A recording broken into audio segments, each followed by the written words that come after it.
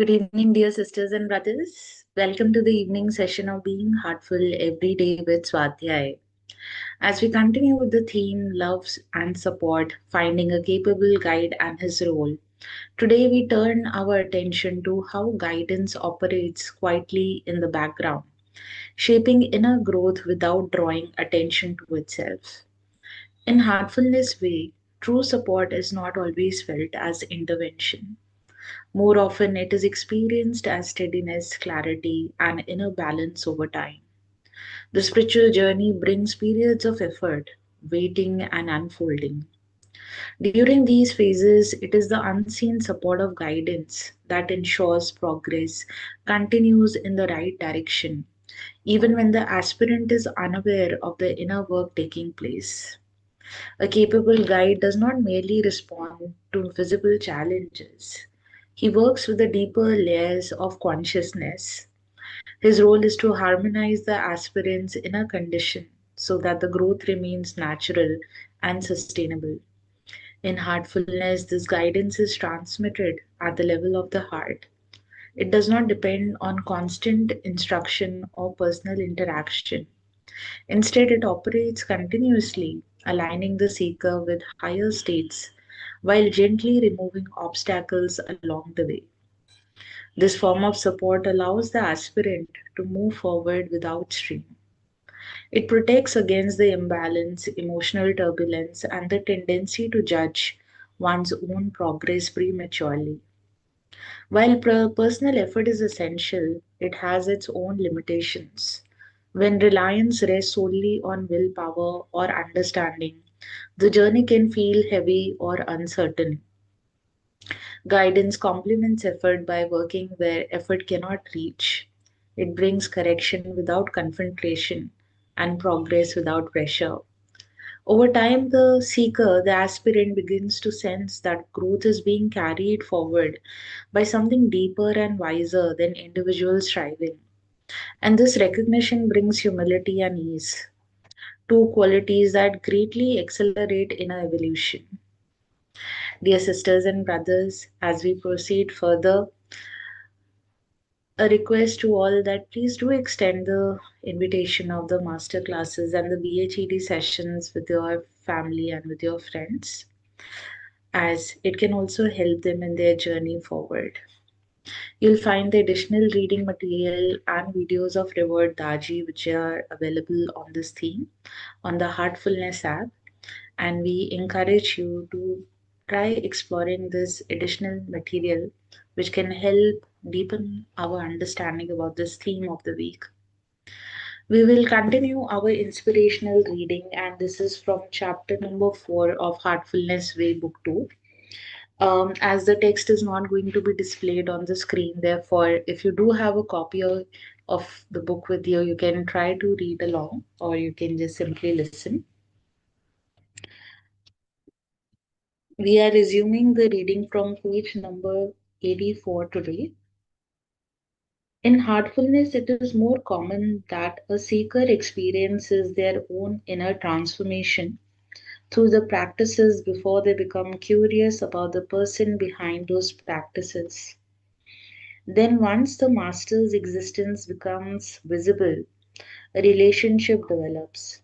That relationship can be in person, through the inner work, in dreams, through reading, or through correspondence.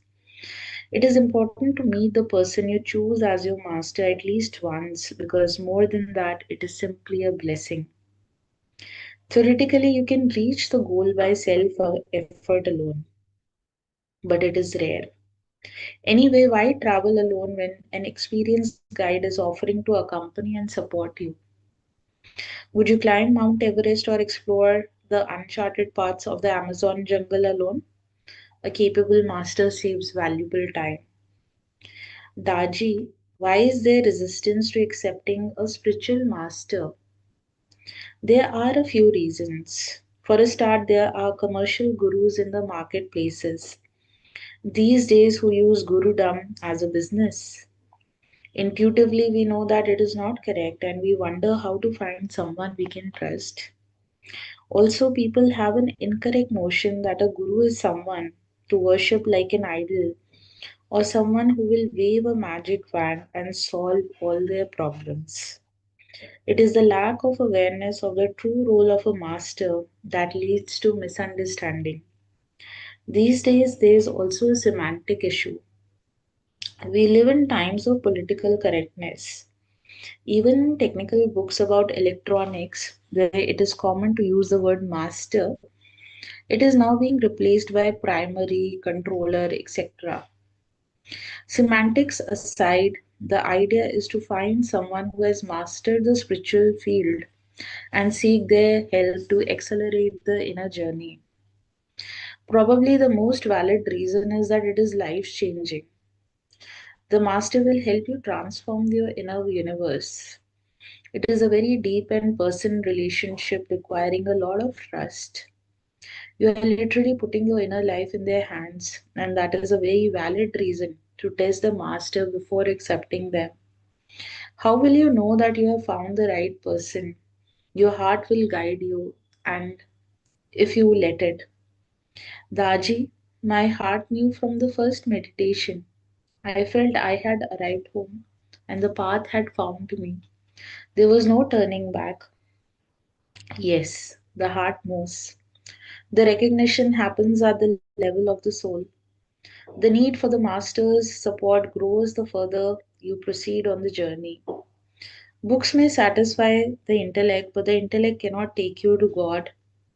Instead, the soul responds to impulses from another soul.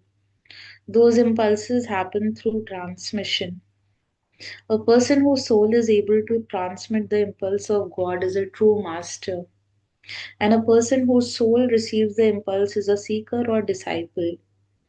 The master is a soul seeder, transmitting the impulse of life in life. This is described in the Kena Upanishad as pranasya prana. So, when the soul of a seeker is thirsty for those impulses, even when that thirst is subconscious, the master will appear seemingly by chance. Daji, do you remember the story of that first meeting between the poet Rumi and his master Shams Tabrizi? Remind me.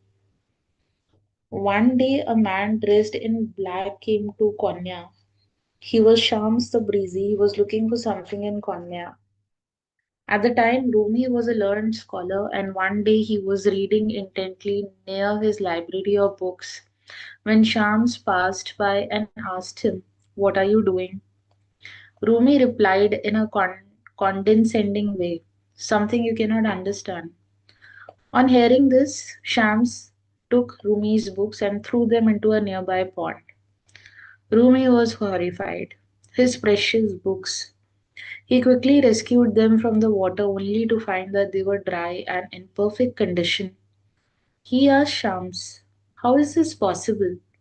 Shams replied, "Maulana, this is something you cannot understand." Rumi went on to become the most devoted disciple of Shams. It is too good.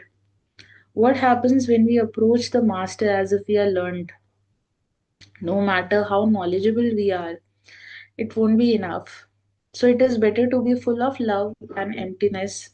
Otherwise, it will only postpone the real meeting with God.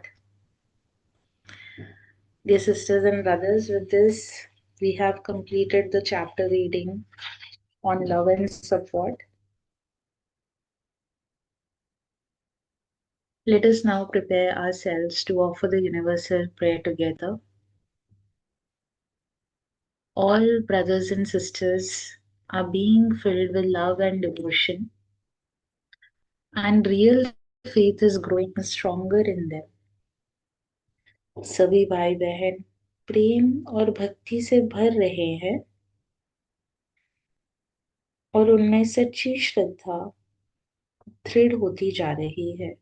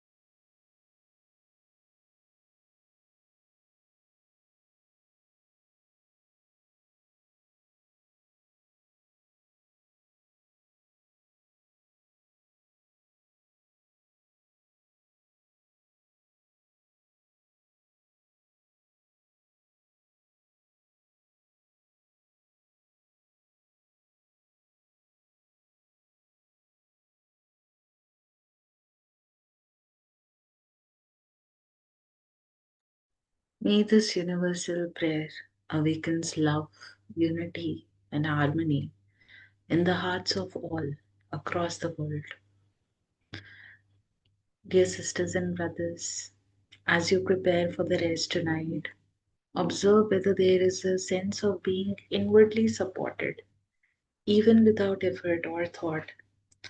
And without analysis, place your journey gently in Master's care and allow the bedtime prayer to dissolve restlessness and deepen the trust. Dear sisters and brothers, thank you for joining the Universal Prayer session today. And we request you to stay on and tuned into the same YouTube link for the bedtime practices that will commence from 9:30 p.m., which is just few minutes from now. And the bedtime practices help us focus on point A, maximum 10, and the bedtime prayer, which helps deepen our abhyas as we close the day. So please stay connected on the same link, and the bedtime practices session will start at 9:30 p.m. And we look forward to seeing you all tomorrow for the morning session at 6 a.m. Thank you.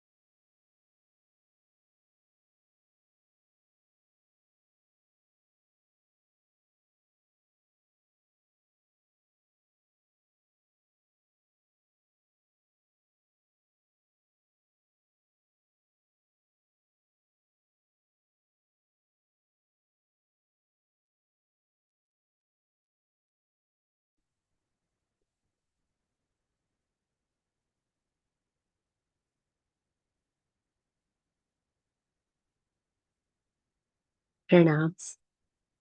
Welcome everyone for this session on being heartful every day with Swadhyaya. Today, we join together for the bedtime practices and a value that would help us to dive deeper into these practices. Today, we will see how humility creates the low pressure vacuum in the heart that allows the huge gush, the torrential downpour of the very grace of the great divine master in our hearts.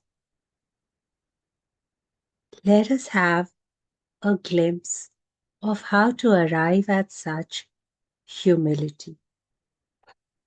Very softly, gently, we close our eyes, go deep in our heart with a lot of love and devotion.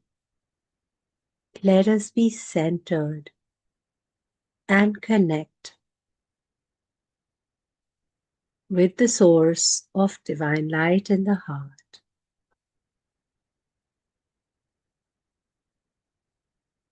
With our inner eyes, we look up and see ourselves completely engulfed in the very source, the source that is there in my heart, in everyone's heart, and everywhere. Here, when I am so awestruck to see the great divine, infinite, eternal embrace of the source, I truly feel so insignificant, so humble. The ego bows down, completely refined to the greatness of the source.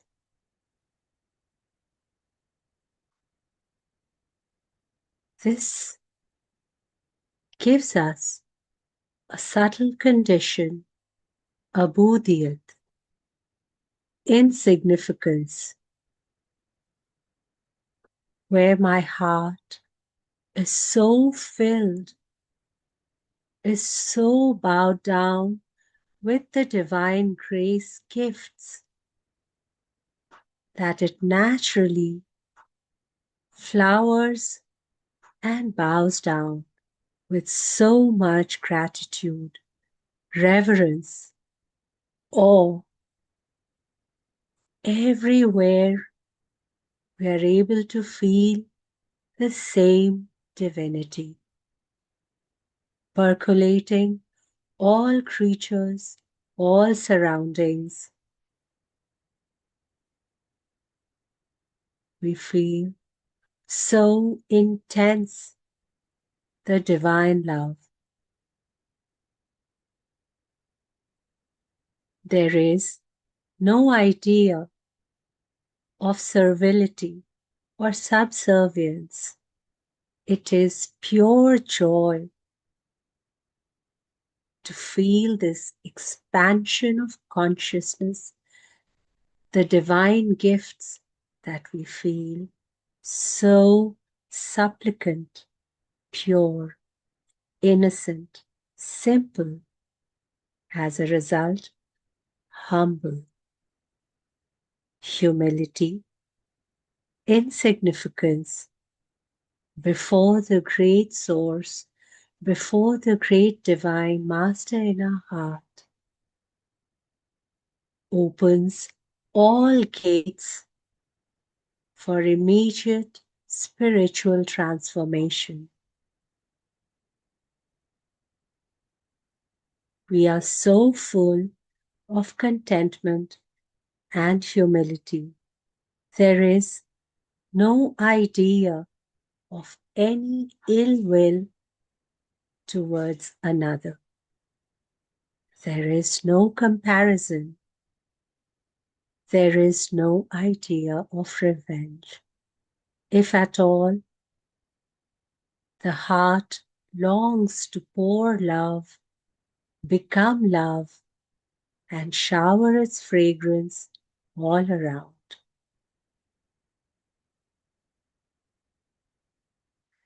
Very simply, all our actions turn sublime, divine. Our skills have become excellence because we allow the divine within to perform all actions, and we remain in a very innocent stage of total oblivion of our own skills and powers.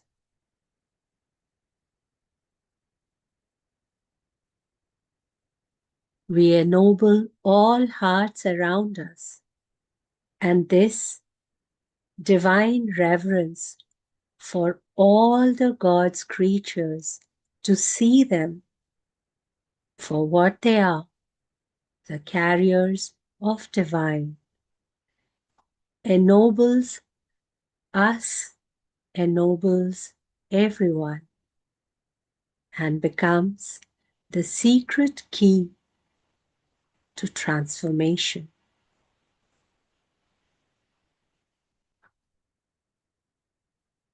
Let us feel this humility in our heart, in our whole being, how it creates a softness that the heart droops with divinity. The heart embraces all with divine love.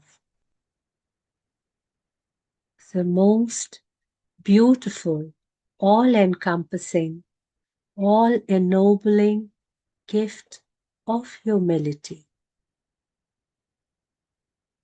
Now, if any words, feelings, inspirations have popped up in our hearts, let us gently note them down in our journal.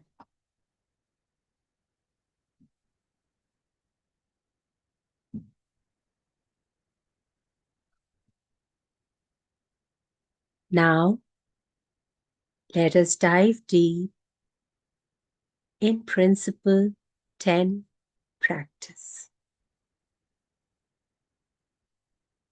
With such a heart that is full of humility, with complete altruism and feelings of love all, hurt none as our priority, let us, in this feeling of the divine within us, around us, scan throughout our day. What were those moments ennobling the skills, actions, thoughts, words, and intentions?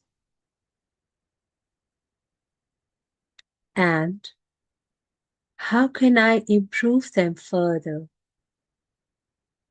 By infusing more of the great divine presence in all those actions.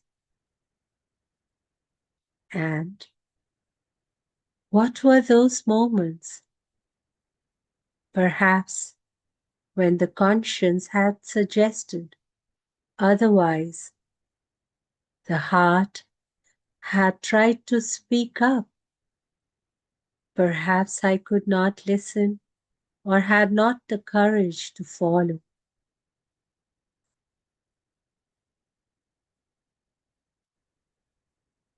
Let us repent for any such wrongs committed unknowingly.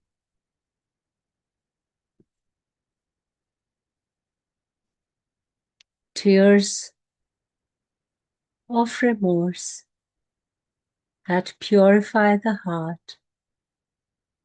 How could I forget the divine remembrance and be distracted in my place of ego and desires? Let us now prayerfully resolve, authentically, even in this moment, not to allow repetition of the same mistake. Let us allow the heart to melt away in this supplicant devotional field, creating the vacuum that is filled with the great divine Master's love, grace,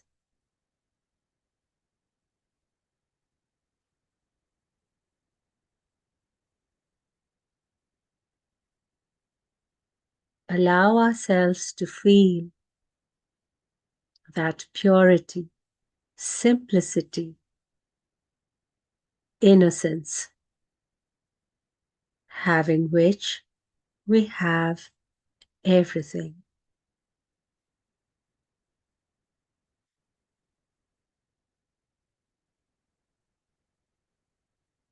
In this moment of self-reflection, if any introspections, inspirations have popped in our hearts, let us note them down.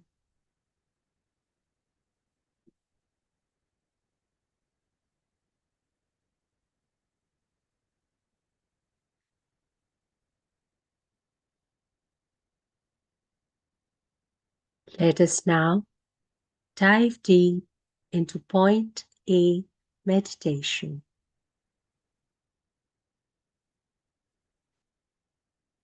Let us locate point A with the diagram from the base of the sternum, one finger width down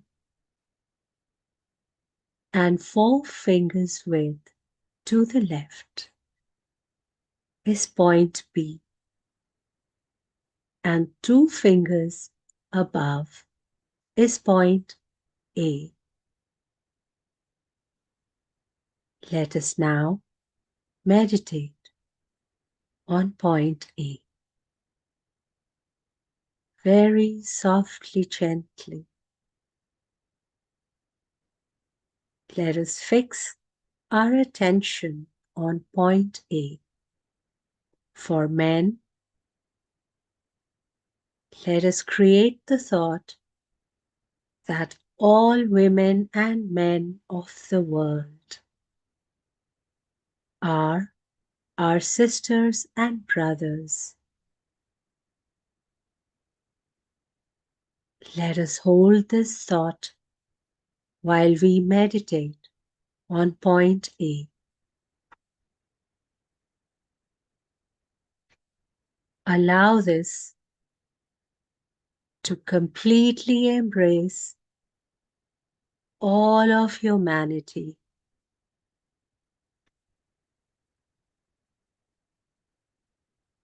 We believe this is true. We practice wholeheartedly and see its effects immediately, permanently.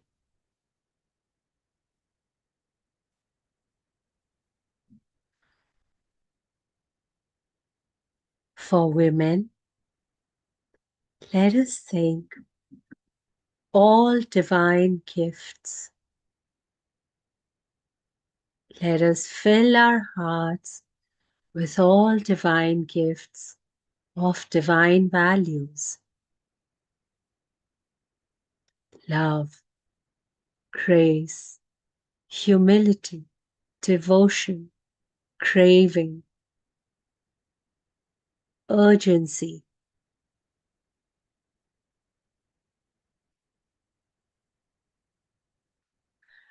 fill our hearts brimming with these divine qualities.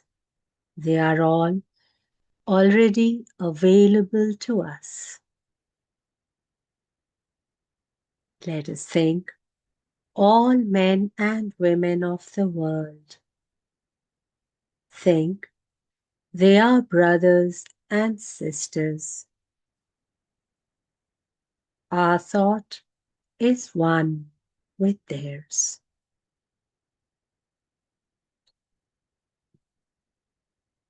Let us feel how total contentment, humility allows our hearts to expand in this realm of superconsciousness, all embracing all of humanity.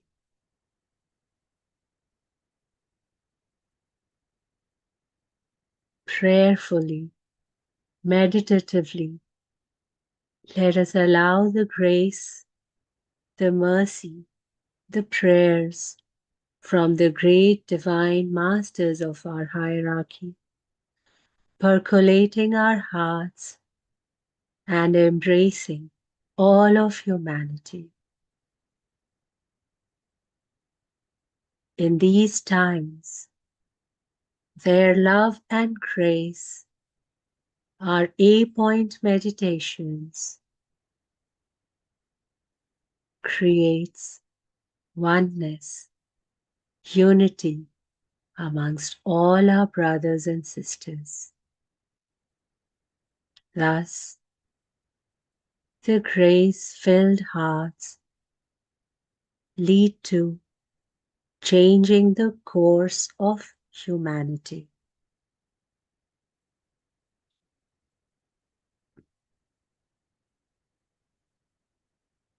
Let us feel dissolved in this oneness, unity with all of humanity. All are the brothers and sisters, emanating from the same source.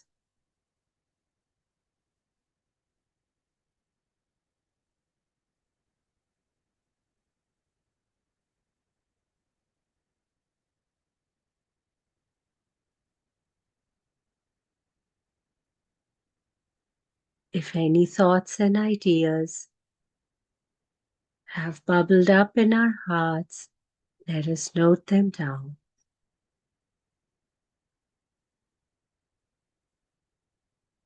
Now, let us go into our heartfulness prayer.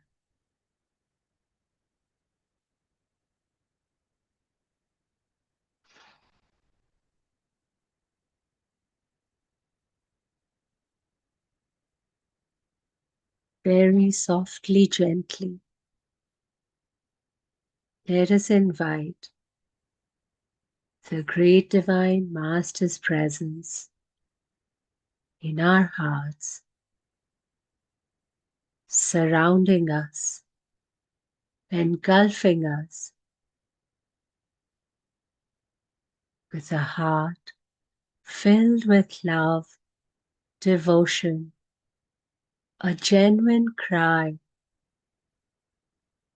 for self-transformation, for connection, for a deep, prayerful state within. Let us mentally repeat the prayer. O Master,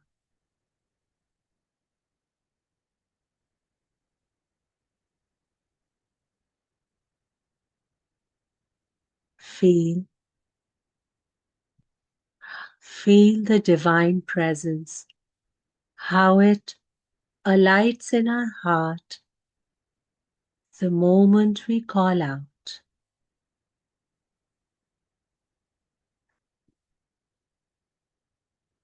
O Master,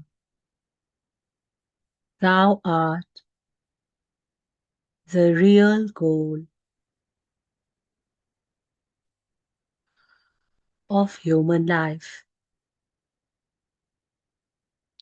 We are yet but slaves of wishes, putting bar to our advancement. Thou art the only God and power to bring us up to that stage. Let us feel deeply immersed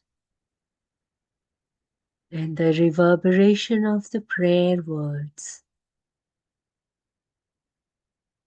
Feel the presence of all of humanity participating with us in this prayer. Feel how our heart is completely humbled before the divine as we seek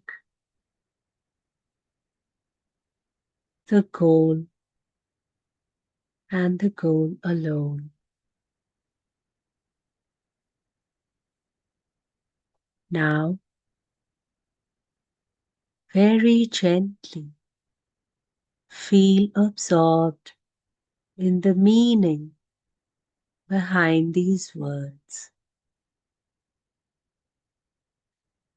Allow the feeling of the prayer unfold in the heart.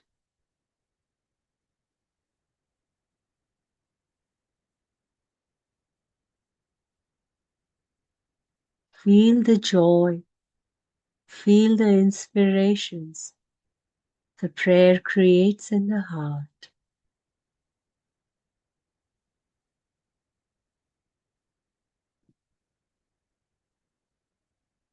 Let us rise with the prayer flow and feel the prayer vibrations completely resonating in our hearts and our whole being.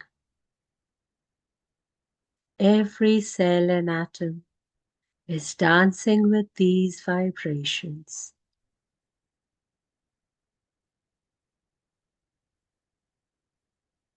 Beyond the vibrations, let us feel the true essence of the prayer.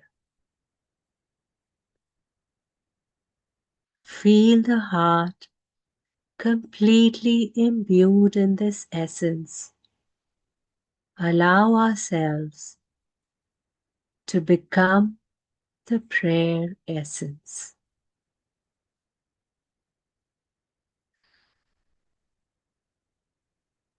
Very gently,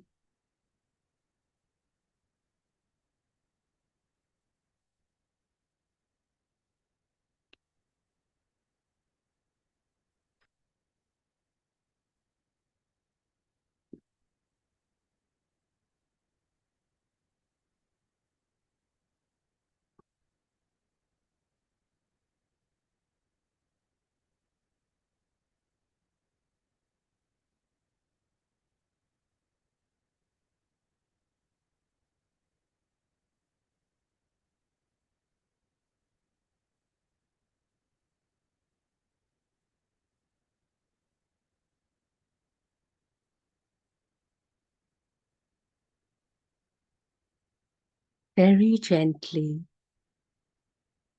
let us continue to be in the prayer flow that takes us beyond the prayer essence into the silence, stillness of the very prayer, the source of entire creation. In all innocence and humility, We bow down and feel the prayer.